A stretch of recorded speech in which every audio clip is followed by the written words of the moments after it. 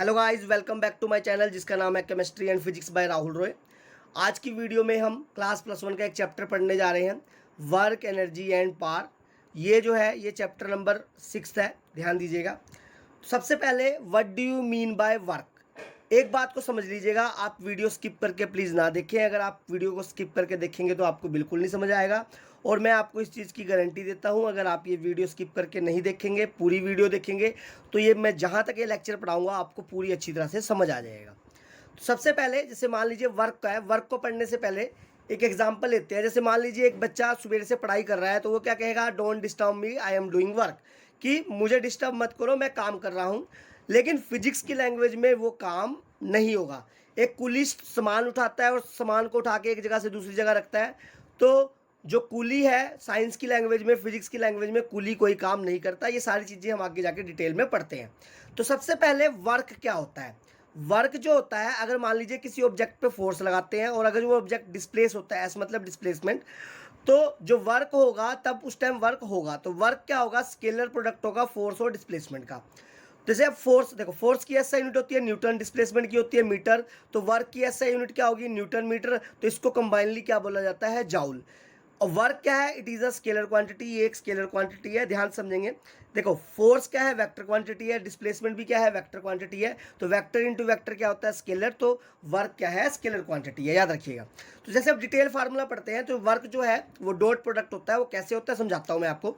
जैसे मान लीजिए एक ऑब्जेक्ट ये है, ये एक ऑब्जेक्ट है, इसके ऊपर फोर्स इस डायरेक्शन में फोर्स लगती है एफ। जब इसको हम खींच रहे हैं इस ऑब्जेक्ट को, तो इस डायरेक्शन में फोर्स लगती है, तो ये एफ जो है ग्राउंड के साथ एंगल बनाता है थीटा।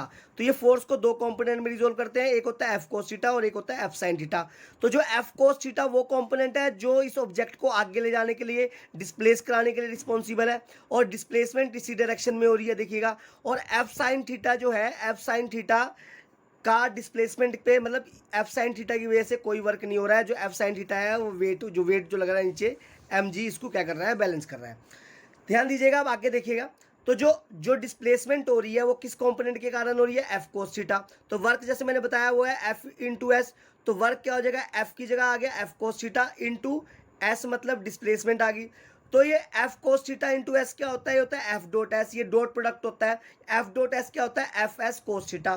तो ये डॉट प्रोडक्ट और स्केलर प्रोडक्ट की मैंने एक सेपरेट वीडियो बनाई है, उसे में आप जाके देख सकते हैं। अब आगे पढ़ते हैं। जैसे वर्क समझ गया आप, तो क्या होता है एफ डॉट एस यानी एफ एस कोस थीटा। अब आता है टाइप्स ऑफ वर्क, वर्क के टाइप।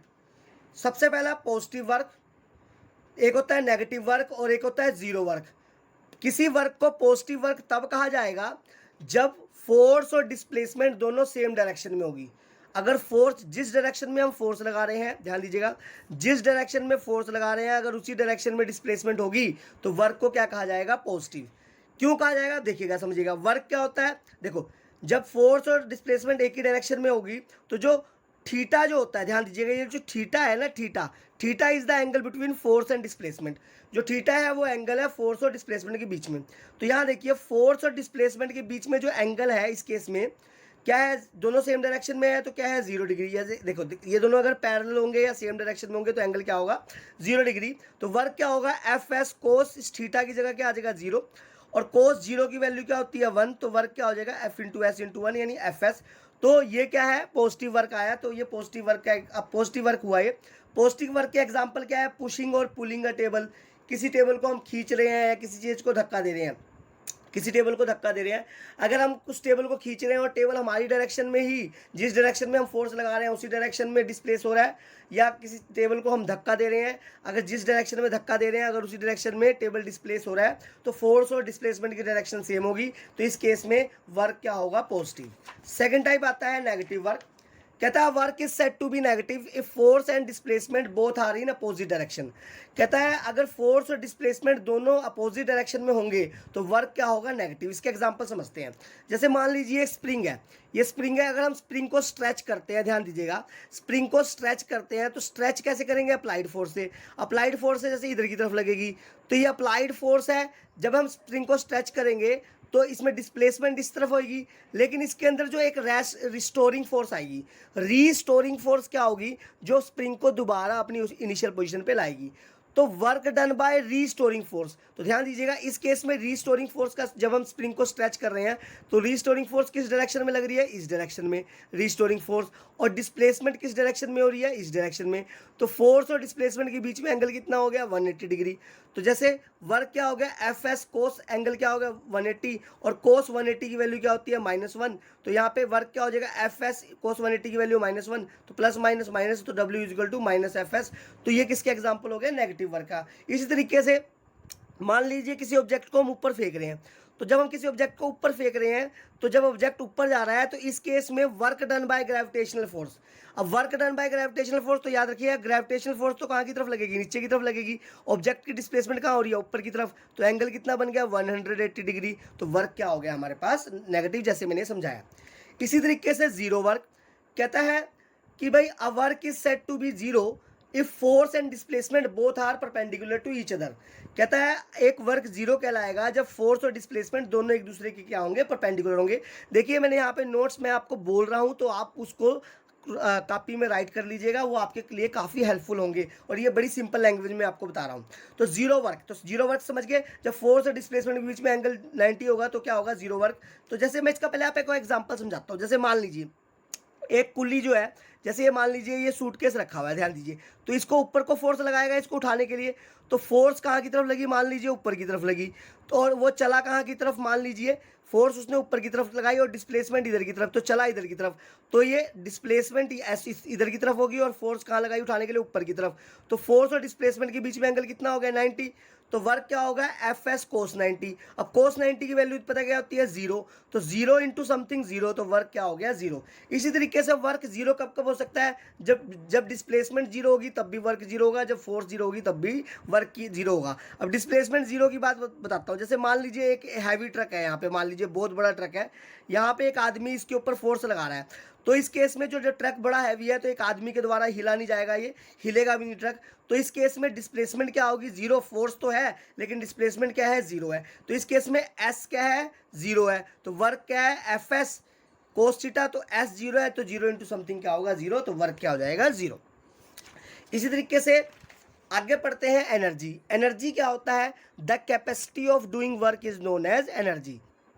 कि हमारे अंदर कितना काम करने की कैपेसिटी है वो एनर्जी को बताता है। एनर्जी की ऐसा यूनिट क्या है, जाउल है। तो एनर्जी भी क्या है, एक स्केलर क्वांटिटी है। टाइप्स ऑफ एनर्जी, अब एनर्जी के दो टाइप होते हैं, एक होता है काइनेटिक एनर्जी और एक होता है पोटेंशियल एनर्जी। तो सबसे पहले काइनेटिक एनर्जी पढ़ते हैं। तो काइनेटिक एनर्जी क्या होता है, it is defined as the energy of an object by the virtue of its motion. किसी भी ऑब्जेक्ट के पास एनर्जी उसके मोशन के द्वारा, तो उसे क्या बोलते हैं, काइनेटिक एनर्जी। जैसे मान लीजिए एक मूविंग फैन है, एक फैन चल रहा है, तो फैन अगर चल रहा है तो उसके पास कौन सी एनर्जी है, काइनेटिक एनर्जी। अगर पानी बह रहा है तो पानी बह रहा है तो उसके पास कौन सी एनर्जी है, काइनेटिक एनर्जी है। विंड भी बह रही है, विंड भी चल रही है, तो विंड भी बह रही है, तो विंड ब्लो कर रही है, तो उसके पास कौन सी एनर्जी है, काइनेटिक एनर्जी। तो किसी भी ऑब्जेक्ट के पास अगर मोशन है तो उसके पास कौन सी एनर्जी होगी, काइनेटिक एनर्जी। काइनेटिक एनर्जी का जो फार्मूला है वो है half M V square. V यहाँ पे देखो, एम मतलब मास है, वी क्या है, स्पीड नॉट वेलोसिटी। वी यहाँ पे स्पीड को रिप्रेजेंट कर रहा है, वेलोसिटी को रिप्रेजेंट नहीं कर रहा, ध्यान दीजिएगा। अब इसमें एक और क्वेश्चन वगैरह आता है, कहता है मान लीजिए अगर वेलोसिटी को डबल कर दें तो काइनेटिक एनर्जी कितना हो जाएगा। तो अगर हम वेलोसिटी को डबल करेंगे तो इससे मान लीजिए वेलोसिटी को डबल कर दिया, तो पहले वेलोसिटी मान लीजिए एक्स था, एक्स थी वेलोसिटी, अब क्या कर दी 2x। तो वेलोसिटी की जगह 2x आ गया, तो 2x का क्या हो जाएगा, स्क्वायर हो जाएगा। तो ये क्या हो जाएगा, 4x स्क्वायर हो जाएगा। तो काइनेटिक एनर्जी कितने टाइम्स हो जाएगी, 4 टाइम। अगर वेलोसिटी को 3 टाइम्स करते हैं तो काइनेटिक एनर्जी कितना हो जाएगा, 3 का स्क्वायर यानी 9 टाइम्स हो जाएगी। अगर वेलोसिटी को सॉरी स्पीड को हाफ करते हैं, तो स्पीड अगर हाफ करेंगे तो काइनेटिक एनर्जी कितनी हो जाएगी, हाफ का मतलब 1/2 का स्क्वायर, 1/2 का स्क्वायर का मतलब 1/4। तो 1/4 टाइम्स हो जाएगी काइनेटिक एनर्जी। वैसे अब डेरिवेशन ऑफ काइनेटिक एनर्जी, इस फार्मूले को हम ड्राइव करते हैं। कहता है consider an object of mass m initially at rest, let a constant force f applied on object and force and object is displaces in the direction of applied force. कहता है कि एक ऑब्जेक्ट है जिसका मास m है, वो initially rest पे, initial velocity क्या है, जीरो। एक मान लीजिए उसके ऊपर कांस्टेंट फोर्स f लग रही है, और जो फोर्स लग रही है वो ऑब्जेक्ट को डिस्प्लेस कर रही है इन the direction of applied force. तो मान लीजिए s जो है, s एस डिस्प्लेसमेंट है ऑब्जेक्ट के अंदर, तो वर्क डन क्या होगा, फोर्स इंटू डिस्प्लेसमेंट। तो फोर्स क्या होता है, मास इंटू एक्सेलरेशन। तो यहाँ पे ध्यान दीजिएगा, इसके अंदर पुट कर देंगे आगे, तो अब वर्क क्या हो जाएगा, वर्क हो जाएगा, देखो फोर्स की जगह, देखिए ध्यान दीजिएगा, फोर्स की जगह मास इंटू एक्सेलरेशन पुट कर देंगे, तो वर्क क्या हो जाएगा, एम ए इंटू एस। तो ध्यान दीजिएगा, by using equation of motion, ये इक्वेशन ऑफ मोशन को यूज़ करेंगे तो we square minus you square is equal to 2as। तो यहाँ से u क्या है, जीरो है, हमें पता ही है, क्योंकि ऑब्जेक्ट रेस्ट पे है, तो u क्या होगा, जीरो, इनिशियल वेलोसिटी जीरो है, तो वी स्क्वायर किसके बराबर हो गया, 2as। तो इस, और यहाँ से a की वैल्यू क्या है, a की वैल्यू क्या होगी, 2s, यहाँ पे मल्टीप्लाई में इधर आके डिवाइड में होगा, तो a की वैल्यू क्या होगी, वी स्क्वायर ओवर 2s।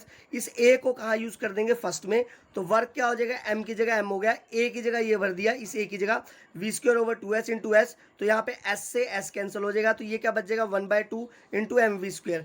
तो ये जो वर्क होगा ये स्टोर होगा in the form of kinetic energy. तो काइनेटिक एनर्जी का फार्मूला क्या है, हाफ एम वी स्क्वायर। तो जैसे मैंने बताया काइनेटिक एनर्जी किस चीज़ के ऊपर डिपेंड करती है, मैं आपको बता चुका हूँ। इसी तरीके से नेक्स्ट आता है work energy theorem. Work energy theorem क्या कहती है, it states that work done is equal to change in kinetic energy of object. कहता है कि कोई भी जो वर्क होगा वो काइनेटिक एनर्जी को चेंज करेगा। ये सबसे ज़्यादा इंपॉर्टेंट थ्योरम है, ये अक्सर आती है एग्जाम में, तो ध्यान दीजिएगा, इसकी डेरिवेशन मैं आपको करके समझाता हूँ। अभी समझ गए होंगे वर्क एनर्जी थ्योरम क्या होगा, जो वर्क डन होगा वो बराबर होगा change in kinetic energy of object. अब इसमें क्या है, कंसीडर एन ऑब्जेक्ट, एक ऑब्जेक्ट को कंसीडर करते हैं, वो moving with initial velocity U, वो इनिशियल वेलोसिटी यू से मूव कर रहा है, and force F is applied on object, as a result of this it is moving with final velocity V. कहता है फोर्स, अब देखो एक ऑब्जेक्ट था जो इनिशियल वेलोसिटी यू से मूव कर रहा था, उस ऑब्जेक्ट पे एक फोर्स लगाई एफ, इस फोर्स लगने के कारण वो किस वेलोसिटी से मूव करने लग गया, फाइनल वेलोसिटी वी से, उसमें किसकी वेलोसिटी में चेंज आ गया। अगर S displacement cover in the direction of force, मतलब इस केस में जो एस है वो डिस्प्लेसमेंट ट्रैवल किया ऑब्जेक्ट ने इन the direction of applied force, तो वर्क डन क्या होगा, तो वर्क डन क्या होगा, फोर्स इनटू डिस्प्लेसमेंट। अब हमें पता है, जैसे भी मैंने बताया था, फोर्स किसके बराबर होता है, मास इनटू एक्सेलरेशन के, तो वर्क क्या होगा, फोर्स की जगह होगा एम इंटू ए, और ये हो गया एस, तो वर्क क्या हो गया, m a s. By using equation of motion, तो इक्वेशन ऑफ मोशन की वजह से v square minus you square equal to 2as। तो यहाँ पे वी स्क्वायर माइनस, देखो यू पहले से इनिशियल वेलोसिटी से मूव कर रहा है, तो यू यहाँ पे जीरो नहीं लेना है, तो we square minus you square equal to 2as। तो यहाँ से ए की वैल्यू क्या होगी, v square minus you square over 2s। तो यहाँ पे फर्स्ट में यूज़ करेंगे ए की जगह, तो वर्क हो गया एम, ए की जगह आ गया v square minus you square over 2s into s, s से एक एस कैंसिल हो गया, तो ये 1/2 m v square minus 1/2 m u square, समझा देता हूँ मैं आपको, ये हो गया 1/2, एम को वी स्क्वायर से मल्टीप्लाई करोगे एम वी स्क्वायर, फिर ये माइनस, वैसे ही 1/2, फिर एम को यू स्क्वायर से माइनस करोगे, सॉरी मल्टीप्लाई करोगे तो एम यू स्क्वायर, तो ये हो गया half M v square minus half m u square. तो आगे समझेंगे, तो वर्क हो गया half M v square minus half m u square, तो हाफ एम वी स्क्वायर हो गया, वी फाइनल वेलोसिटी है तो final kinetic energy, you initial velocity है तो इनिशियल काइनेटिक एनर्जी, तो ये final kinetic energy minus initial kinetic energy क्या होगा, चेंज इन काइनेटिक एनर्जी। तो वर्क डन जो होगा वो बराबर हो गया चेंज इन काइनेटिक एनर्जी, जो कि प्रूव है वर्क एनर्जी थ्योरम का। इसी तरीके से आगे बढ़ते हैं पोटेंशियल एनर्जी।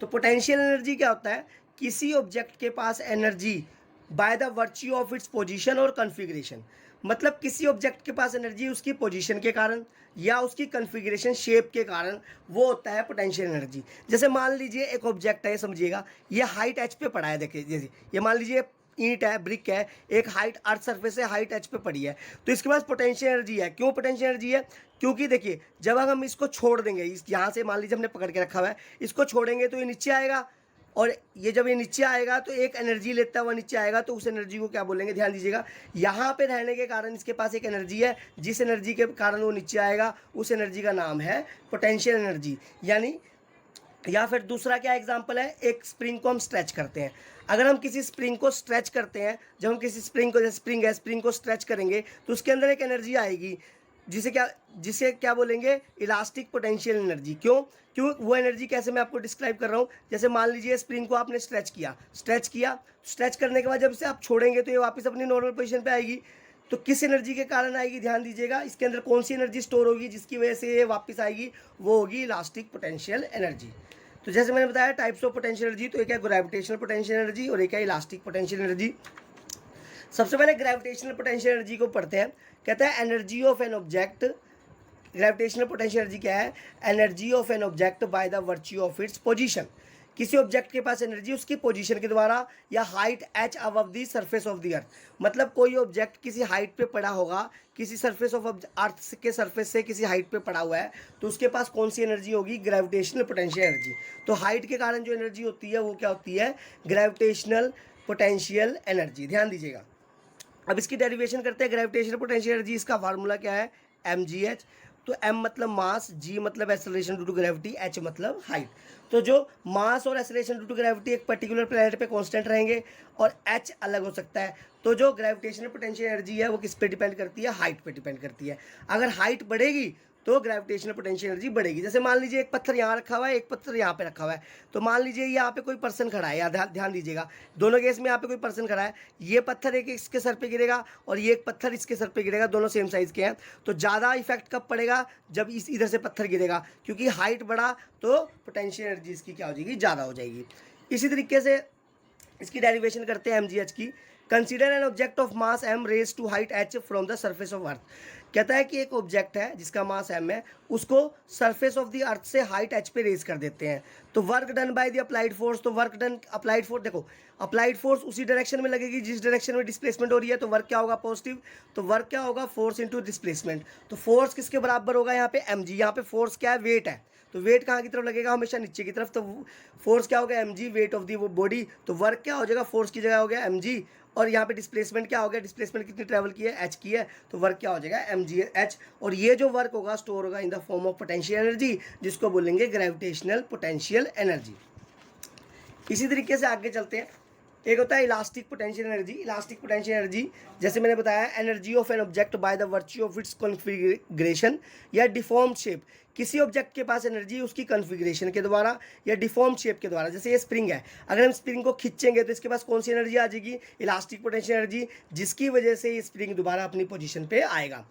तो जैसे इसकी डेरिवेशन करते हैं, इलास्टिक पोटेंशियल एनर्जी की देखते हैं क्या डेरिवेशन है। Consider a spring placed at normal position at x equal to 0। ये देखो स्प्रिंग है, ये एक नॉर्मल पोजीशन पे पड़ा हुआ है, इसकी डिस्प्लेसमेंट अभी क्या है? 0 है। कहता है if external force F external is displaces this spring, if external force F externally displaces this spring through displacement x। कहता है मान लीजिए इसके ऊपर एक्सटर्नल फोर्स लगा रहे हैं, ठीक है, एफ एक्सटर्नल, जिसकी वजह से ये स्प्रिंग क्या हो रहा है? डिस्प्लेस हो रहा है। तो जैसे ये देखो, जैसे इस पर एक्सटर्नल फोर्स लगाओगे तो इसके अंदर एक रीस्टोरिंग फोर्स आएगी। जो रीस्टोरिंग फोर्स होगी वो अपोजिट डायरेक्शन में होगी, इस डायरेक्शन में होगी। तो यहाँ ध्यान दीजिएगा। और ये देखो, जैसे जैसे इसको डिस्प्लेस करते रहोगे और खींचते रहोगे, रिस्टोरिंग फोर्स उतनी ज़्यादा बढ़ती रहेगी। यानी जो रिस्टोरिंग फोर्स होगी वो डायरेक्टली प्रोपोर्शनल होगी डिस्प्लेसमेंट के। और जो देखो रिस्टोरिंग फोर्स इधर की तरफ लग रही है और डिस्प्लेसमेंट इधर की तरफ हो रही है, तो रिस्टोरिंग फोर्स अपोजिट होगी डिस्प्लेसमेंट के। तो देखो हुक्स लॉ ये कहता है, जो मैंने बोला, रिस्टोरिंग फोर्स है वो डायरेक्टली प्रोपोर्शनल होती है डिस्प्लेसमेंट के। और इसकी जो माइनस इसलिए लगाया कि रिस्टोरिंग फोर्स और डिस्प्लेसमेंट की डायरेक्शन दोनों की एक दूसरे के अपोजिट है। तो यहाँ से रिस्टोरिंग फोर्स को एफ से डिनोट करते हैं। F is directly proportional to minus x. जब भी डायरेक्टली प्रोपोर्शनल टू का साइन हटा के इक्वल टू का साइन लगाते हैं तो यहाँ पे एक कॉन्स्टेंट लगेगा के। तो के कांस्टेंट है, इसका नाम है स्प्रिंग कांस्टेंट। तो F is equal to minus k x, इसे फर्स्ट मान लीजिए। अब देखिए जो एक्सटर्नल फोर्स है, ये देखिए ये एक्सटर्नल फोर्स इधर की तरफ लग रही है, रेस्टोरिंग फोर्स इधर की तरफ लग रही है। तो जो एक्सटर्नल फोर्स है वो भी है अपोजिट है रेस्टोरिंग फोर्स के। तो जो एफ एक्सटर्नल क्या है वो माइनस एफ है, माइनस यानी अपोजिट है। तो यहाँ से फर्स्ट से एफ की वैल्यू यहाँ भरेंगे तो ये minus F external is equal to minus फार्मूले का है, और फर्स्ट से एफ की वैल्यू क्या है, इस एफ की जगह माइनस के एक्स। तो माइनस माइनस क्या हो गया प्लस। तो एफ एक्सटर्नल किसके बराबर हो जाएगा? के एक्स। इसको सेकंड मान लेंगे, इसे आगे यूज करेंगे अभी। कहता है मान लीजिए let spring is displace through distance d x. मान लीजिए जो स्प्रिंग है वो डिस्प्लेस हुआ थ्रू डिस्टेंस डी एक्स से, तो वर्क डन क्या हो गया अप्लाइड फोर्स इस केस में? तो डी डब्ल्यू। वर्क क्या हो गया एक्सटर्नल फोर्स के द्वारा? तो F external into D x. तो ध्यान दीजिएगा, तो जो वर्क डन, अगर हम इसको x इजिकल टू 0 से x इजिकल टू x तक, x डिस्प्लेसमेंट 0 से डिस्प्लेसमेंट x तक, अगर हम वर्क निकालना चाहेंगे तो इंटीग्रेट करेंगे 0 से x तक लिमिट तक, तो 0 से x। तो यहाँ से डी डब्ल्यू की इंटीग्रेशन होगी, यहाँ पे F external into D x की इंटीग्रेशन होगी। अब देखिए फ्रॉम सेकंड, देखिए ध्यान दीजिएगा, सेकंड से एफ एक्सटर्नल की वैल्यू क्या है? के एक्स। तो यहाँ पे एफ एक्सटर्नल की जगह क्या आ गया? के एक्स इंटू डी एक्स। तो यहाँ पे ध्यान दीजिएगा डी डब्ल्यू की इंटीग्रेशन क्या होगी? डब्ल्यू, और यहाँ पे के आ गया। देखो अब के बाहर आ गया। अब ध्यान समझिएगा, इंटीग्रेशन इधर समझाया था थोड़ा सा। यहाँ पे के क्या हो गया, बाहर आ गया। अब एक्स की इंटीग्रेशन क्या होगी, एक्स की इंटीग्रेशन एन है तो एक्स की इंटीग्रेशन 1 है, तो एक्स की इंटीग्रेशन क्या होगी, एक्स की पावर 1+1 ओवर 1+1। तो यानी क्या हो जाएगा, एक्स की पावर 2/2। और यहाँ पे लिमिट लगा देंगे 0 से एक्स तक, क्योंकि डेफिनेट इंटीग्रेशन है, लिमिट है इसकी। तो यही होगा, के बाहर हो गया इसमें, ध्यान दीजिए के बाहर, और इसकी इंटीग्रेशन की थी क्या थी, x²/2। तो लिमिट लगा दी 0 से एक्स। तो सबसे पहले w क्या हो जाएगा, ये हो जाएगा 1/2 के, इस x की जगह x आ जाएगा, -1/2 के, फिर इस x की जगह लोअर लिमिट आ जाएगी 0 का स्क्वायर। तो 0 इंटू समथिंग क्या हो गया, 0। तो वर्क क्या हो गया, हाफ के एक्स स्क्वायर। तो जो ये वर्क हो गया वो स्टोर हो गया in the form of potential energy of stress spring. तो ये हो गया potential energy of stress spring की डेरिवेशन, ध्यान दीजिएगा। नेक्स्ट आता है मैकेनिकल एनर्जी। मैकेनिकल एनर्जी क्या होता है, ये सम होता है काइनेटिक एनर्जी, ये सम होता है काइनेटिक एनर्जी और पोटेंशियल एनर्जी जो कि किसी ऑब्जेक्ट के ऊपर वर्क करते टाइम यूज हुई है। तो याद रखिएगा, मैकेनिकल एनर्जी क्या है, सम है काइनेटिक एनर्जी का और पोटेंशियल एनर्जी का। अब हम यहाँ पे ये बहुत इंपॉर्टेंट एक डेरिवेशन पढ़ने जा रहे हैं, ये भी अक्सर आती है। ये है law of conservation of mechanical energy of freely falling object. अब law of conservation of mechanical energy क्या कहता है, mechanical energy can neither be created nor can destroy, it can only conserve.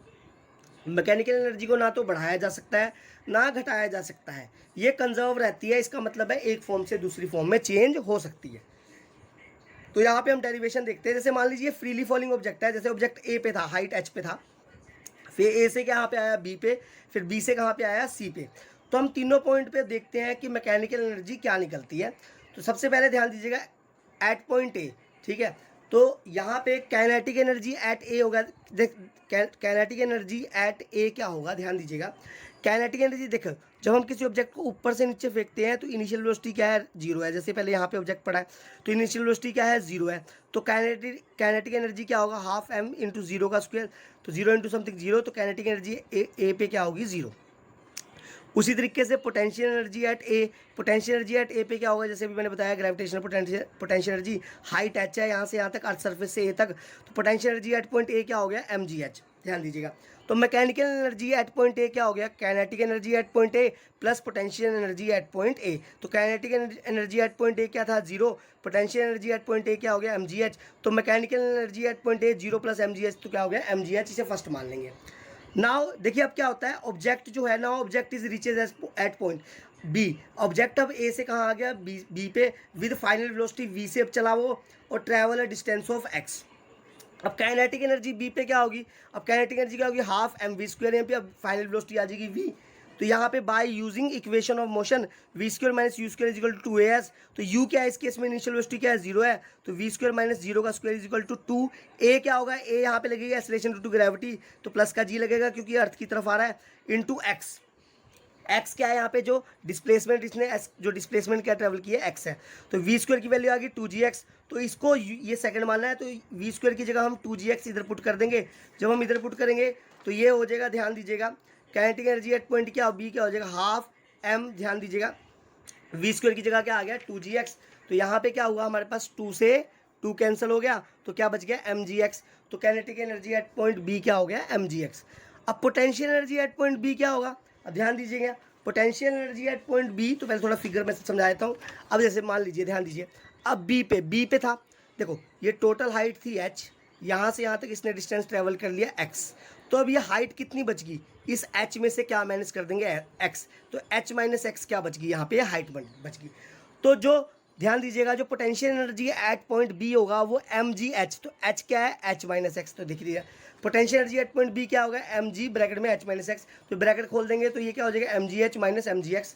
अब mechanical energy at point B क्या हो गया, वो kinetic energy at point B plus potential energy at point B. Kinetic energy at point B क्या निकाला था हमने, mgx, plus potential energy at point B क्या निकाला है, mgh - mgx। तो ये देखो, प्लस का mgx माइनस का mgx कैंसिल हो गया। तो mechanical energy at point B क्या हो गया, mgh, इसे क्या मान लेंगे, third. Now object is reaches at point C, देखिए अर्थ सरफेस पे, ध्यान दीजिएगा डायग्राम पे। अब ऑब्जेक्ट बी से कहाँ पे पहुँच गया, सी पे। अब अर्थ सरफेस पे पहुँच गया। जब ये अर्थ सरफेस पे पहुँच गया तो ध्यान दीजिएगा, अब ये अर्थ पे पहुँच गया तो हाइट क्या होगी इसकी, 0। हाइट क्या होगी यहाँ पे, 0। अब पहले काइनेटिक एनर्जी देखते हैं। अब देखिए ध्यान दीजिए, now object is reach at point C on a ground, यानी ग्राउंड पे पहुंच गया। अब काइनेटिक एनर्जी एट सी क्या हो गया, वही half M v square final velocity से मूव करता हुआ आ रहा था वो। By using equation of motion v square minus you square equal to 2as, तो वी स्क्वायर यू क्या था इसमें 0 था, इज इक्वल टू 2a क्या है यहाँ पे एक्सेलरेशन ड्यू टू ग्रेविटी। और अब डिस्टेंस क्या हुआ, देखो टोटल डिस्टेंस क्या हुआ, ऑब्जेक्ट यहाँ से चला था और यहाँ तक पे पहुँच गया, तो टोटल डिस्टेंस ट्रेवल क्या किया उसने h, तो s की जगह क्या आ जाएगा h, तो यहाँ से वी स्क्वायर क्या हो जाएगा 2gh, तो इसको फोर्थ माना था हमने, तो इसे फोर्थ में पुट कर देंगे वी स्क्वायर को। तो जो काइनेटिक एनर्जी, ध्यान दीजिएगा, kinetic energy at point C क्या होगा, हाफ एम वी स्क्वायर की जगह क्या आ गया 2gh, तो यहाँ पे 2 से 2 कैंसिल हो गया तो mgh आ गया। Kinetic energy at point C क्या हो गया mgh। Mechanical energy at point C क्या है, तो होगा kinetic energy at C plus potential energy at C. तो देखो पोटेंशियल एनर्जी एट सी पहले समझते हैं। पोटेंशियल, अब वो ग्राउंड पे आ गया तो पोटेंशियल एनर्जी क्या होती है mgh, h क्या हो गया, हाइट क्या होगी 0, तो 0 इंटू समथिंग 0, तो पोटेंशियल एनर्जी एट सी क्या हो गया 0। तो kinetic energy at point C क्या हो गया mgh, और पोटेंशियल एनर्जी जी पे क्या निकला 0, तो ये क्या हो गया mgh, इसे मान लेंगे फिफ्थ। तो यहाँ पे ध्यान से देखेंगे, हमने जो डेरिवेशन की है ध्यान दीजिएगा, तो यहाँ पे जो पहला देखिए mechanical energy at point A क्या निकला mgh फर्स्ट से, mechanical energy at point B क्या निकला mgh, mechanical energy at point C क्या निकला mgh, यानी पॉइंट ए बी सी किसी भी पॉइंट पे जो मैकेनिकल एनर्जी क्या था वो सेम था, तो हम ये कह सकते हैं mechanical energy at every point remain same, जो कि प्रूव है law of conservation of mechanical energy का। तो मैं आशा करता हूँ ये वीडियो काफ़ी आपके लिए इन्फॉर्मेटिव रही होगी। अगर ये वीडियो आपके लिए इन्फॉर्मेटिव है तो प्लीज़ मेरे चैनल को सब्सक्राइब करें, लाइक करें, कमेंट करें और शेयर करें, ताकि आप जैसे और भी नीडी पर्सन की हेल्प हो जाए, और मुझे सपोर्ट करें ताकि मैं ज़्यादा से ज़्यादा आपके लिए वीडियो बनाऊँ। Thank you.